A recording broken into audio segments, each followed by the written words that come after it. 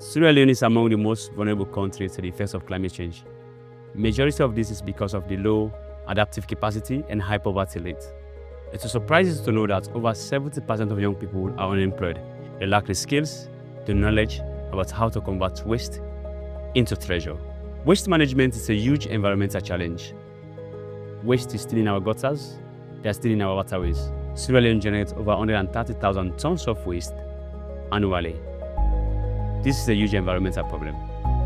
At the Freetown Innovation Lab, we are tackling both the waste management challenge and youth unemployment by providing an immersive green skills training opportunity for young people. Our trainings are not just regular trainings.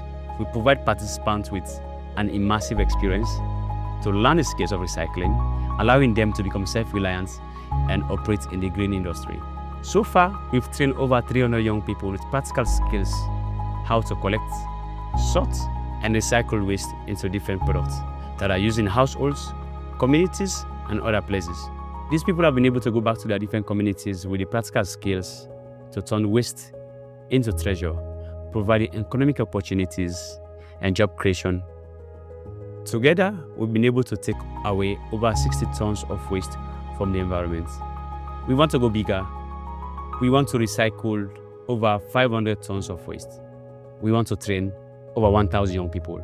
We're looking for partners, we're looking for donors, and organizations that align with our values. Let's build a greener future that is prosperous and that is sustainable with our Freetown Innovation Lab Green Skills Training.